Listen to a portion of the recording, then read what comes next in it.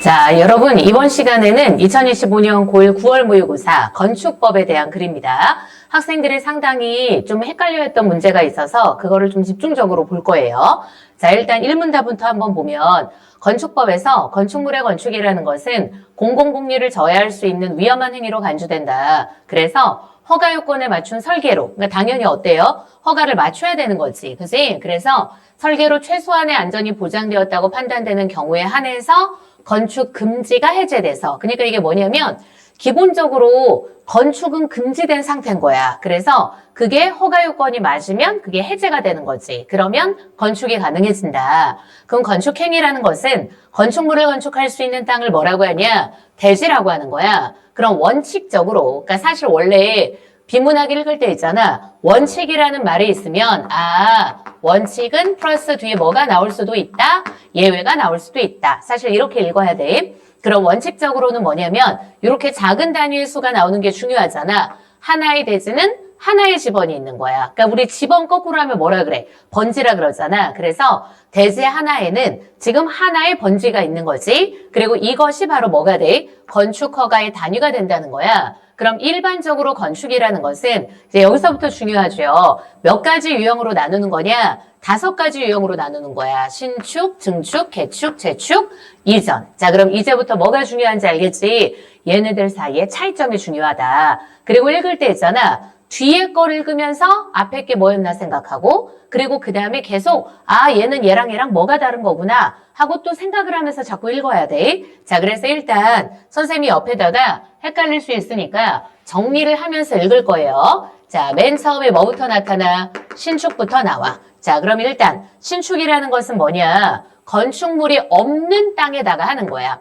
제일 중요한 게 없는 땅에다가 새로 건축물을 축조하는 걸 신축이라 그래. 그럼 신축에서 건축물을 축조하려는 대지는 처음부터 건축물이 존재하지 않는 땅을 뭐라 그래? 나대지라 그래. 그리고 그 다음에 뭔가 기존의 건축물이 이게 다 부수고 새로 짓고 싶은 거야. 그래서 자발적 의지에 의해서 인위적으로 부순 걸 뭐라고 하냐? 걔보고 해체라 그래. 그지? 자, 그리고 세 번째는 뭐냐면 천재지변으로 인해서 부서지는 거지. 그럼 그걸 뭐라고 하냐?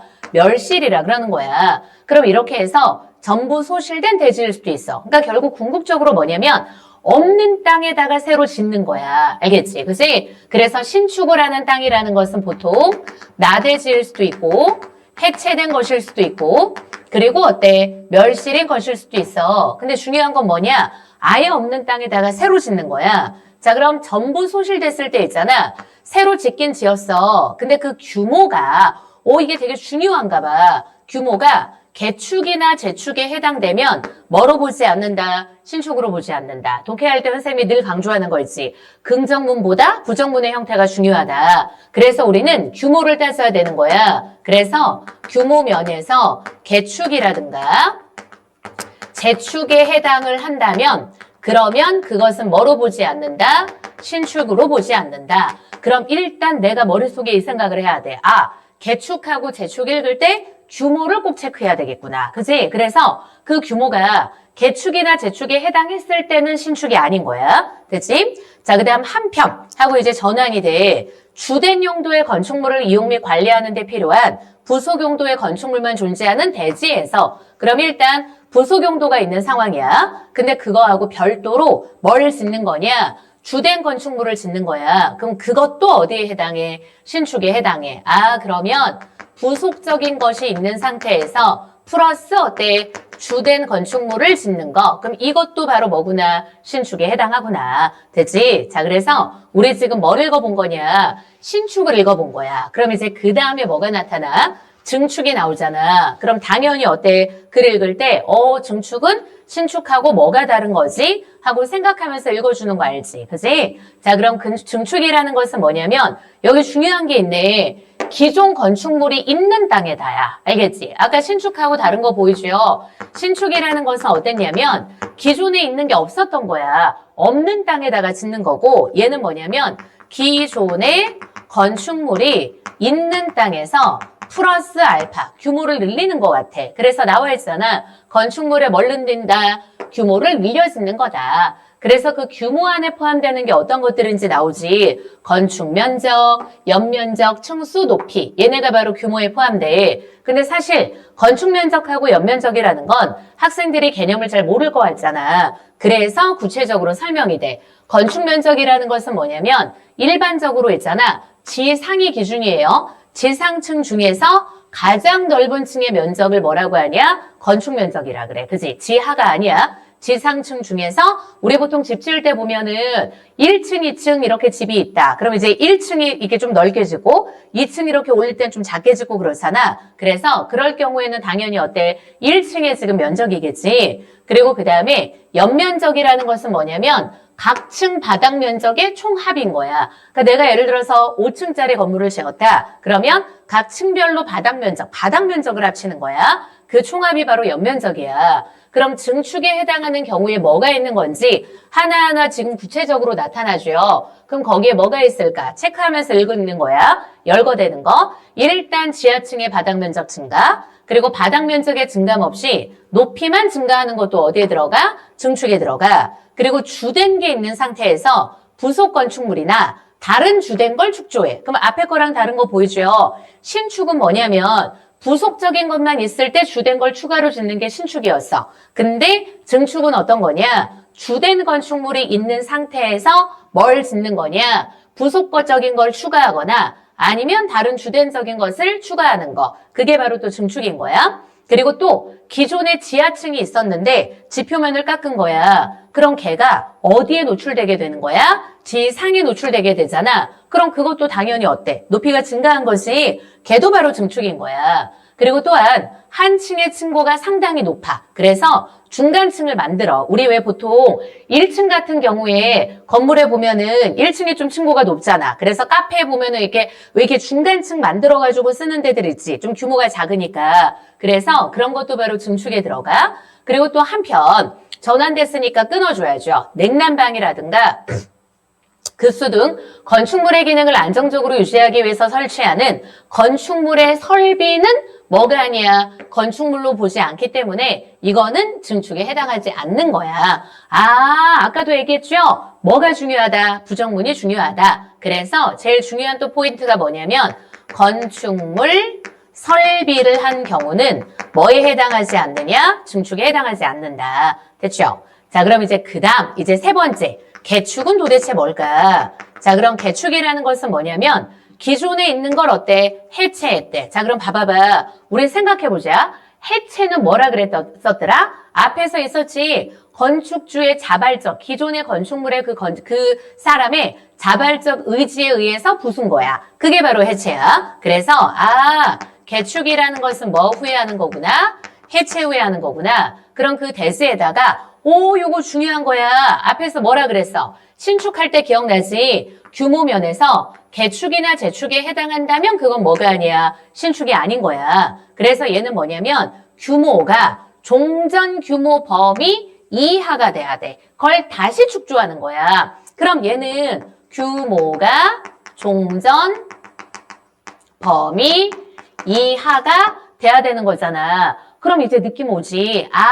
신축은 이거네. 지금 규모 면에서 개축이나 재축에 해당하면 신축이 아니라고 한 거 보니까 신축이라는 것은 내가 해체하거나 멸실이 일어난 다음에 새로 지을 때 있잖아. 이 경우에 규모가 아마 기존보다 커지는 거 아닐까 하고 추론이 가능하지. 그치? 그 비문학은 이렇게 읽어야 되는 거야. 나와 있는 것만 생각하면 절대 안 돼. 그치? 자, 그럼 이때 일부를 해체한다는 것은 무슨 말인 거냐면 여기 나오죠. 내력벽, 기둥보, 지붕틀 중 3개 이상을 해체하는 게 바로 일부 해체야. 그리고 같은 대지, 같다, 다르다 이런 말이 중요해. 안에서 건축물에 뭘 이동하거나 위치를 이동하거나 구조를 변경하는 거 이것도 바로 어디에 해당해? 개축에 해당해. 근데 한 대지에 하나, 둘 이런 작은 단위가 중요해. 여러 동이 있었던 거야. 그럼 이 경우는 개별 건축물 단위로 개축 해당 여부를 판단하는 거잖아. 그치? 그럼 그 경우에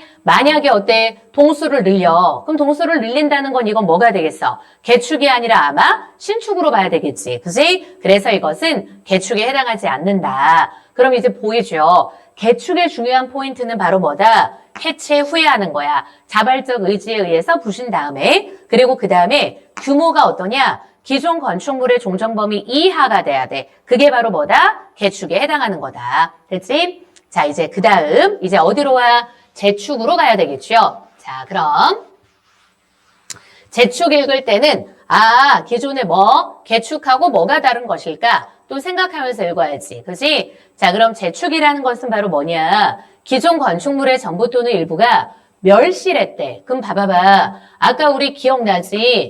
멸실이라는 것은 뭐냐면 지금 천재지변 같은 거. 그지? 그게 바로 멸실인 거야. 그래서 얘는 멸실 후에 다시 짓는 게 바로 재축인 거야. 됐지? 자, 그럼 이때 연면적의 합계, 즉 대지에 존재하는 모든 건축물의 연면적 합이 이것도 똑같네? 종전 규모 이하여야 해. 알겠지? 그치? 그래서 이게 연면적의 합이라는 것 자체가 종전 규모 이하여야 해. 그러면 더 확실해지죠? 다시 한번 일로 와서 우리 뭐는 신축이 아니라고? 규모가 개축이나 재축에 해당하면 신축이 아니라 그랬어. 개축이 어땠어? 규모가 종전 범위 이하야. 그리고 재축도 어때? 연면적의 합이 종전 규모 이하야. 그럼 그 이하에 해당하는 것만 해당하는 거고 그 이상이 되면 지금 그 이상이 된 거를 뭐라 그래? 신축이라고 하는 거지. 그지? 자, 그럼 이제 그 다음. 근데 이 중에서 있잖아.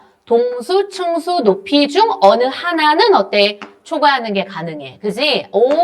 동수랑 그리고 층수랑 그리고 높이야. 그럼 이 중에 하나는 초과가 가능하다. 됐죠? 자, 그럼 여기까지 재축까지 읽었지? 이제 어려운 게 다 끝났어요. 자, 그럼 이제 마지막. 이전이라는 것은 바로 뭐냐? 도시개발이라든가 주변 환경의 변화, 안전 문제, 설계하고 다른 배치 등의 사유로 있잖아. 건축물의 주요 구조부는 해체하지 않아. 됐지? 그리고 그 다음 봐봐봐. 딴 데 막 가는 거 아니야. 같은 대지에 다른 위치로 옮기는 거야. 그걸 보고 이전이라 그래. 그럼 주요 구조부라는 것은 뭐냐면 건축물의 안정성에 결정적 위해가 되는 구조 부분이라고 할 수 있는 내력벽, 기둥보, 바닥 지붕틀, 주계단 여기까지가 바로 주요 구조부지. 그리고 그 다음에 최하층 바닥이나 옥외 계단 그럼 얘네들은 어때? 주요 구조부에서 제외되는 거야. 근데 뭔가 이상하잖아. 어떻게 이게 건축물을 지금 어때 옮길 수가 있는 거지? 우리 이런 철근 콘크리트 건물 같은 거 당연히 못 옮기잖아. 근데 조립식 건물, 목조 건축물 이런 것들은 이렇게 상층부 들어가지고 이렇게 옮기는 거 본 적 있죠?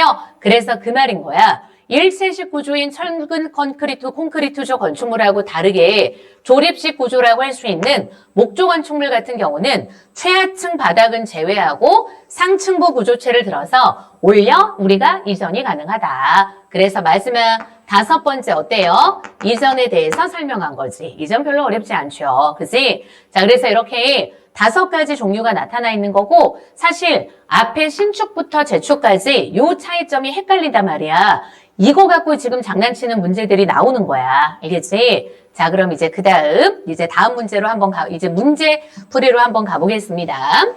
자, 여기 지금 228번 문제. 그럼 이제 얘가 윗글 통해서 알 수 있는 걸로 적절하지 않은 걸 고르라 그랬잖아. 자, 그럼 한번 보자. 일단 1번 건축물의 건축이라는 것은 설계상 최소한의 안전이 보장되도록 허가 요건을 준수한 경우에 한해서 허가된다. 1문단에 있었죠? 자, 그리고 2번 나대지에 신축하는 건 어때? 기존의 건축물 없던 상태에다가 새로 축조 오케이. 자, 그리고 3번 내력벽은 주요 구조부잖아. 근데 옥외 계단은 그게 아닌 거지. 그래서 아마 내력벽을 해체하는 게 옥외 계단을 해체하는 것보다 안전에 더 중대한 영향을 미친다. 아까 우리 이전 읽을 때 확인했었죠? 자, 그리고 4번 정답 너무 쉽다. 철근 콘크리트 건축물 같은 경우는 당연히 어때? 이전이 불가능하죠. 그지? 그래서 4번이 정답이고요. 자, 그 다음 229번. 증축에 대해서 물어봤어. 자, 그럼 가보자.